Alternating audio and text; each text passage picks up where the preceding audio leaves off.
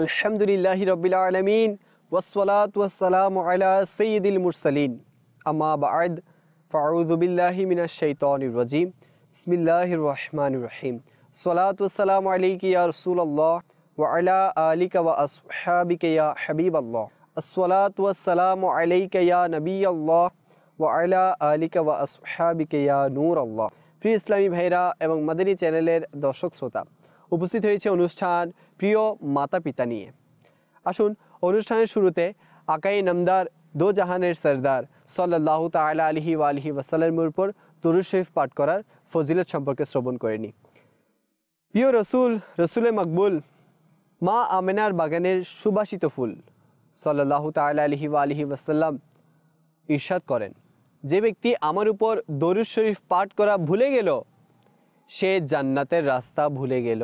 সাল্লু আলাল হাবিব সাল্লাল্লাহু তাআলা আলা মুহাম্মদ সাল্লাল্লাহু তাআলা আলাইহি ওয়া আলিহি ওয়াসাল্লাম। প্রিয় ইসলামী ভাইরা এবং মাদানী চ্যানেলের দর্শক শ্রোতা, আজকে আমাদের যে আলোচ্য বিষয় তা হচ্ছে মা বাবাকে রাজি করে নিন। প্রিয় ইসলামী ভাইরা, জি হ্যাঁ, মা বাবাকে রাজি করব না তো আর কাকে করব? মা বাবাই তো হচ্ছে দুনিয়াতে আসার সবচেয়ে মোস্ট অ্যান্ড ইম্পর্ট্যান্ট একটা মাধ্যম, যার মাধ্যমে আমরা এই দুনিয়াতে এসেছি। ওনাদেরকে রাজি করা কুরআনুল কারীম ও আহাদিসে মুবারাকার মধ্যে অনেক জায়গায় ইরশাদ করা হয়েছে। প্রিয় ইসলামী ভাইরা এবং মাদানী চ্যানেলের দর্শক শ্রোতা, আজ আমরা নিজের সত্তা, নিজের পরিচয়, নিজের যে সাকসেস, নিজের যা অস্তিত্ব বলেন সকল কিছু যদি আমরা চিন্তা করি তাহলে এটার একটা মাধ্যম রয়েছে। জি হ্যাঁ, সকল কিছুর একটা মাধ্যম থাকে।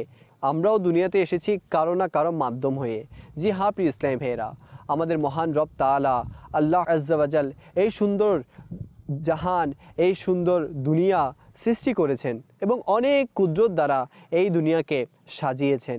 এবং এই কুদরতগুলোর মধ্যে একটা মহান কুদরত, একটা মহান নিয়ামত হচ্ছে আমাদের মা বাবা। জি হ্যাঁ, আমাদের পিতামাতা। আমাদের পিতামাতাকে রাজি করা এজন্যই আবশ্যক যে পিতামাতার জারিয়া, পিতামাতার মাধ্যমে আমরা এই দুনিয়ার ভূমিতে, এই দুনিয়ার মধ্যে বিচরণ করছি। আলহামদুলিল্লাহ, আল্লাহ তাআলার অসংখ্য নিয়ামত আমরা দেখছি এবং আল্লাহ তাআলার যা সৃষ্টি রয়েছে তা আমরা দেখছি। এগুলো সকল কিছু আমার মা বাবার মাধ্যমে। আজ আমার মা বাবা যদি দুনিয়াতে না আসতেন তাহলে হয়তোবা আমার অস্তিত্ব, আমার সত্তা কখনো কল্পনা করা যেত না।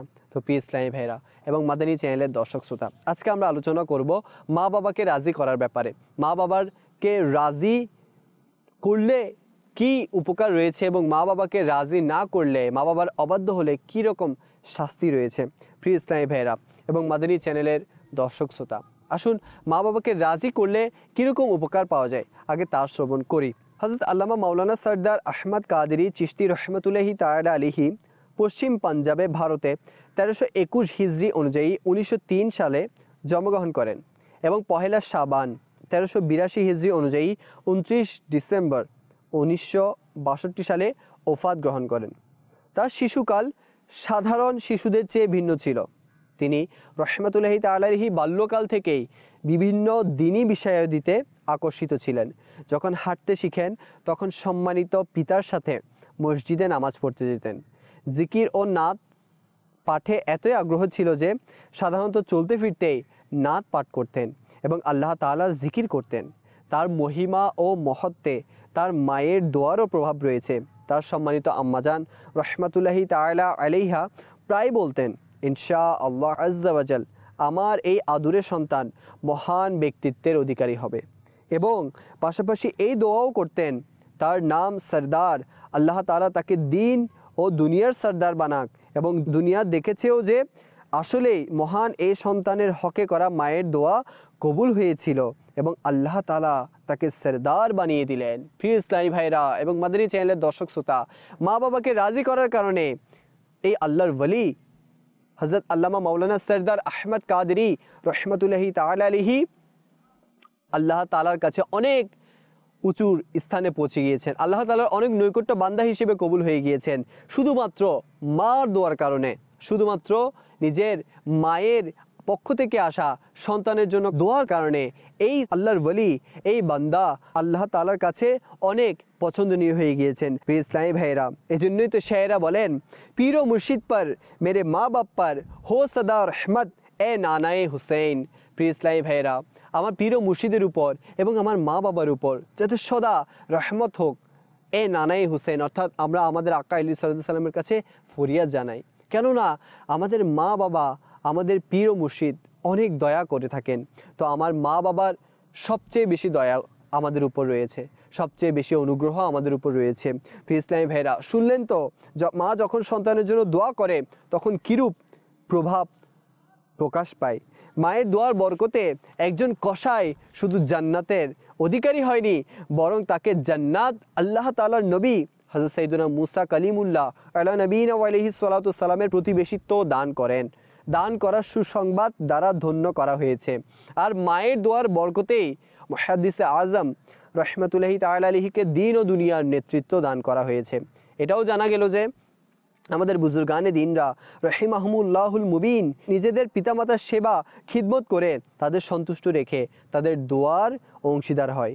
সুতরাং আমাদের উচিত আমরাও এই আল্লাহ ওয়ালাদের পদাঙ্ক অনুসরণ করে নিজের মায়ের সেবায় ব্রত হয়ে যাওয়া, যেন আমরাও তাদের চোখের মণি হয়ে যাই এবং তারা খুশি হয়ে স্বয়ং আমাদের জন্য দোয়া করে যে আল্লাহ আমার সন্তানকে হাফিজে কুরআন, কারিয়ে কুরআন, মুবাল্লিগে দাওয়াত ইসলামী, আমলদার আলিম এবং মুফতিয়ে দাওয়াত ইসলামী বানিয়ে দাও।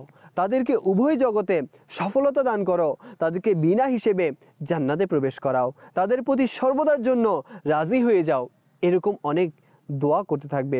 তো আসুন আজ আমরা নিয়ত করি যে নিজ নিজ পিতামাতার সেবা করতে থাকবো, তাদের অবাধ্যতা করা থেকে বিরত থাকব, তাদের সাথে তর্ক করব না, তাদের সামনে নিজের আওয়াজকে ধীরে ও দৃষ্টিকে নিচে রাখব, তাদের স্বভাব বিরোধী কথা এবং কড়া কথায় ধৈর্য ধারণ করব, তাদের প্রয়োজনীয়াদি পূরণ করব, আমাদের সামর্থ্য অনুযায়ী তাদের ভালোভাবে ভরণ পোষণ করব, পিতামাতার পছন্দ ও অপছন্দের প্রতি সজাগ থাকব, পিতামাতার দুঃখ কষ্টে তাদের সহায় হব, পিতামাতার আরামে প্রতিবন্ধকতা সৃষ্টি করব না, অসন্তুষ্ট পিতামাতাকে সন্তুষ্ট করার চেষ্টা করব, তাদের খাবার দাবার, থাকা, ঔষধ এবং অন্যান্য বিষয়ে তাদের সহযোগিতা করব, তাদের সকল জায়েজ আদেশ মান্য করব।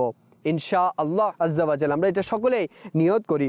কেননা আজকে আমাদের কাছে ইলম না থাকার কারণে, ইলমে দিন থেকে আমরা মুসলমান দূরে থাকার কারণে পিতামাতার যা হক রয়েছে, পিতামাতার সাথে যা ব্যবহার করার নির্দেশ দিয়েছে, পিতামাতার সাথে যে খিদমত করার আদেশ দিয়েছে আমার আল্লাহ আজ্জা ওয়া জাল এবং আমার আকা আলাইহিস সালাতু ওয়াস সালাম, সেই মোতাবেক আমরা হয়তোবা আমল করতে পারছি না। তো আমাদের উচিত আমরা ইলমে দিন অর্জন করি, পিতামাতা সম্পর্কে বোঝার চেষ্টা করি, পিতামাতার হক সম্পর্কে জানার চেষ্টা করি। তাহলে আমার মা এবং বাবার দোয়ার বরকতে, আমার মা বাবার সেবার করার কারণে ওনাদের পক্ষ থেকে যে দোয়া আমাদের হককে করা হবে ইনশাআল্লাহ আজ্জা ওয়া জাল ওই দোয়া কখনো ফেরত দেওয়া হবে না। প্রিয় ইসলামী ভাইরা, যেমনিভাবে মার এবং বাবার দোয়া ফেরত দেওয়া হয় না, জি হ্যাঁ, তেমনিভাবে মা বাবার বদদোয়া আল্লাহ তাআলা ফেরত দেয় না, সাথে সাথে কবুল করে নেন। প্রিয় ইসলামী ভাইরা, দুর্ভাগ্যজনকভাবে আজকে ইলমে দিন থেকে দূরত্বের কারণে এমন সব মূর্খও রয়েছে যারা পিতামাতার সন্তুষ্টিতে সন্তুষ্ট থাকার পরিবর্তে নিজের প্রবৃত্তির পেছনে লেগে পিতামাতাকে অবহেলা করে থাকে। যেমন সন্তান যুবক হয়ে গেলে এবং কোনো কারণে বিয়েতে দেরি হচ্ছে, তখন অনেক সময় অপরিপক্ক সন্তান অপরের নিকট পিতামাতার অভিযোগ করে যে দেখুন আমার এখন বিয়ের বয়স হয়ে গিয়েছে, এই বয়স তো যৌবনের আনন্দ ভোগ করার দিন, এখনই যদি আমাকে বিয়ে না করায় তবে কি বুড়ো বয়সে বিয়ে করব? আমার মা বাবার আমার কোনো চিন্তা নেই, তাদের কেই বা বুঝাবে। কেউ বা বলে আমি অমুককেই বিয়ে করব, আমার মা বাবা কি জানে, বাস আমার ইচ্ছাই চলবে, আমি যা জানি আমার মা বাবারা তা জানে না। কেউ বা বলে আমার বন্ধুর নিকট তো দামি মোবাইল আর আমার নিকট সাধারণ একটি মোবাইলও নাই, আমার কি যুগের সাথে চলার কোনো অধিকার নেই? কেউ বা বলে আমার স্কুল বা কলেজের ছাত্ররা আনন্দ ভ্রমণের জন্য বিভিন্ন বিনোদনে স্থানে যায়, স্বাধীনভাবে চলাফেরা করে, কিন্তু আমার মা বাবার আমার প্রতি কোনো অনুভূতিই নাই, আমারও তো কোনো কিছুর উৎসাহ জাগে, আমি কি শুধুমাত্র ঘরের এই চার দেওয়ালের ভেতরেই বন্দি থাকবো? কেউ বা বলে আমার বন্ধু বান্ধবদের পোশাক পরিচ্ছদ কতই না সুন্দর এবং দামি। আমার সাধারণ পোশাকের কারণে তাদের সাথে চলাফেরা করতে লজ্জা লাগে। আমরা যদি আমাদের মা বাবার কষ্টকে বুঝতে সফল হয়ে যেতাম। একটু ভাবুন তো, এমন কোনো মা বাবা কি আছে যে যারা সন্তানের আনন্দ দেখতে চায় না? মা বাবা সর্বদা সন্তানদের জন্যই ভালো চিন্তা করে, আদুরে সন্তানদের জন্য অনেক কিছু করতে চায়, কিন্তু অনেক সময় অবস্থা অনুকূলে থাকে না। অনেক সময় কারো বা বৃদ্ধা পিতা আরাম করার পরিবর্তে এখনও পরিশ্রম করে নিজের পরিবার চালায়। মা বেচারি অনেক ধরনের রোগে আক্রান্ত হয়েও ঔষধও পুরোপুরি খেতে পারে না, বরং আরামকে কুরবানি করে দেয়। অনেক রাত পর্যন্ত কাপড় সেলাই করে বাবার রোজগারে সহায়তা করে থাকে, যেন কোনোভাবে পরিবারের যে প্রয়োজন রয়েছে তা পূরণ হয়ে যায়। প্রিয় ইসলামী ভাইয়েরা, আমাদের কি হয়ে গেল? আমরা কোন দিকে যাচ্ছি? আমরা কোন দিকে চলছি? সোশ্যাল মিডিয়ার মন্দ ব্যবহার, মিসইউজ আমাদেরকে এমনভাবে অক্ষম করে দিয়েছে, আমাদের চিন্তা ভাবনাও পরিবর্তন হয়ে গেছে। আমাদের অন্তর থেকে পিতামাতার সম্মান ও গুরুত্ব চলে যাচ্ছে। আরে এমন বন্ধু, এমন আড্ডার প্রতি আমরা নিন্দা জানাই যা আমাদেরকে পিতামাতার কদম থেকে দূরে ঠেলে দিয়ে সমাজের ময়লার স্তূপে নিক্ষেপ করে দেয়। আল্লাহর ওয়াস্তে হুঁশে আসুন, আল্লাহর ওয়াস্তে এখনই চিন্তা করুন। হে আল্লাহ, আমাদেরকে হযরত সাইয়েদুনা মুসা আলাইহিস সালামের জান্নাতের সাথী সে কসাইয়ের সাদকা নসিব করে দিন। হে আল্লাহ, আমাদেরকে হযরত সাইয়েদুনা সিদ্দিক আকবর রাদিয়াল্লাহু তাআলা আনহু এর সাদকায় মা বাবার অনুগত বানিয়ে দাও। হে আল্লাহ, হযরত সাইয়েদুনা বায়েজিদ বুস্তামি রাহমাতুল্লাহি তাআলা আলাইহির সাদকায় মা বাবার সত্যিকার খিদমতগার বানিয়ে দাও। হে আল্লাহ, মুহাদ্দিসে আজম পাকিস্তান হযরত আল্লামা মাওলানা সরদার আহমদ কাদেরী চিশতি রহমতুল্লাহি তাআলা আলাইহির সাদকায় সর্বদা মা বাবার দোয়া অর্জনকারী বানিয়ে দাও। প্রিয় ইসলামী ভাইরা, আজ আমরা মা বাবাকে রাজি করার ক্ষেত্রে অনেক উদাসীন। মা বাবাকে রাজি শুধু সামান্য খিদমত করার পরে যদি আমি মনে করি আমি মা বাবাকে রাজি করতে পেরেছি, মা বাবাকে রাজি করে ফেলেছি, তাহলে আমি ভুলের মধ্যে থাকব। আমি মা বাবাকে যতই খিদমত করি, যতই খুশি রাখি, যতই ওনাদেরকে যত্ন করি, আমার ঋণ কখনো শোধ করতে পারবো না। মা বাবার ঋণ কখনো আমরা শোধ করতে পারবো না। এজন্য বলবো, মা বাবাকে রাজি করতে চাইলে একটি মাধ্যম রয়েছে, সেটা হচ্ছে দাওয়াত ইসলামী। আমরা সকলেই দাওয়াত ইসলামীর মাদানী পরিবেশে সম্পৃক্ত হয়ে যাই। ইনশাআল্লাহ আল্লাহ তাআলার সেই মহান ওলি, দাওয়াত ইসলামীর প্রতিষ্ঠাতা আমির আহলে সুন্নাত আবু বিলাল মুহাম্মদ ইলিয়াস আত্তার কাদেরী রাজভী জিয়াই দামাত বারকাতুল আলিয়া, যার মাদানী প্রশিক্ষণে এমন অনেক যুবকের জীবনে মাদানী পরিবর্তন সাধিত হয়েছে, যারা তাদের মা বাবার জন্য কষ্টের কারণ ছিল, সেই সৌভাগ্যবানরা আজ মা বাবার নিকট প্রশান্তির উপলক্ষ হয়ে গেছে। এমন অনেক রয়েছে যাদের অবাধ্যতা ও মন্দ আচরণের কারণে মা বাবার ঘুম নষ্ট হয়ে যেত, কিন্তু দাওয়াত ইসলামীর মাদানী পরিবেশের বরকতে এখন প্রশান্তি ঘুম নসিব হয়ে গেছে। আসুন না আমরাও মাদানী পরিবেশের সাথে সম্পৃক্ত হয়ে যায়।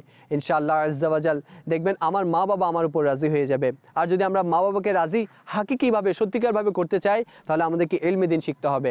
ইলমে দিন শিখার মাধ্যমে আমাদেরকে জানতে হবে মা বাবা কোন কাজের মাধ্যমে নারাজ হয়ে যায় এবং মা বাবা কোন কাজের কারণে খুশি হয়, এবং মা বাবার আদেশ মান্য করার কি উপকার রয়েছে। আমরা শুনলাম মা বাবার দোয়ার কারণে অনেকে মুহাদ্দিসে আজম হয়ে যায়, মা বাবার কারণে অনেকে ওলি হয়ে যায়, মা বাবার কারণে অনেকে মুসা কালিমুল্লাহ আলা নবীন আলাইহিস সালাতু সালামের জান্নাতের সঙ্গী হয়ে যায়। এবং এটাও শুনলাম যে মা বাবাকে রাজি না করার কারণে, মা বাবাকে কষ্ট দেওয়ার কারণে আর সামান্যতম কষ্টও যদি পেয়ে যায়, তাহলে সেই কারণে যদি বদদুয়া চলে আসে, তাহলে জাহান্নামের হকদার হয়ে যেতে হবে। আল্লাহ তাআলা আমাদেরকে মা বাবাকে রাজি করার মাধ্যমে জান্নাত খরিদ করার তৌফিক দান করুক। অনুষ্ঠানের সময় একেবারে শেষের দিকে চলে এসেছি। মাদানী চ্যানেল বাংলা দেখতে থাকুন, ইনশাআল্লাহ অনেক কিছু ইলমে দিন আপনাদের নসিব হবে। এবং নিজের আখিরাতকে, দুনিয়াকে সুন্দর করতে চাইলে ইলমে দিনের বিকল্প নেই। আল্লাহ তাআলা আমাদেরকেও এই মাদানী পরিবেশে থেকে ইলমে দিন হাসিল করার তৌফিক দান করুক। পরবর্তী অনুষ্ঠান দেখার আমন্ত্রণ জানিয়ে আজকে এখানেই শেষ করছি।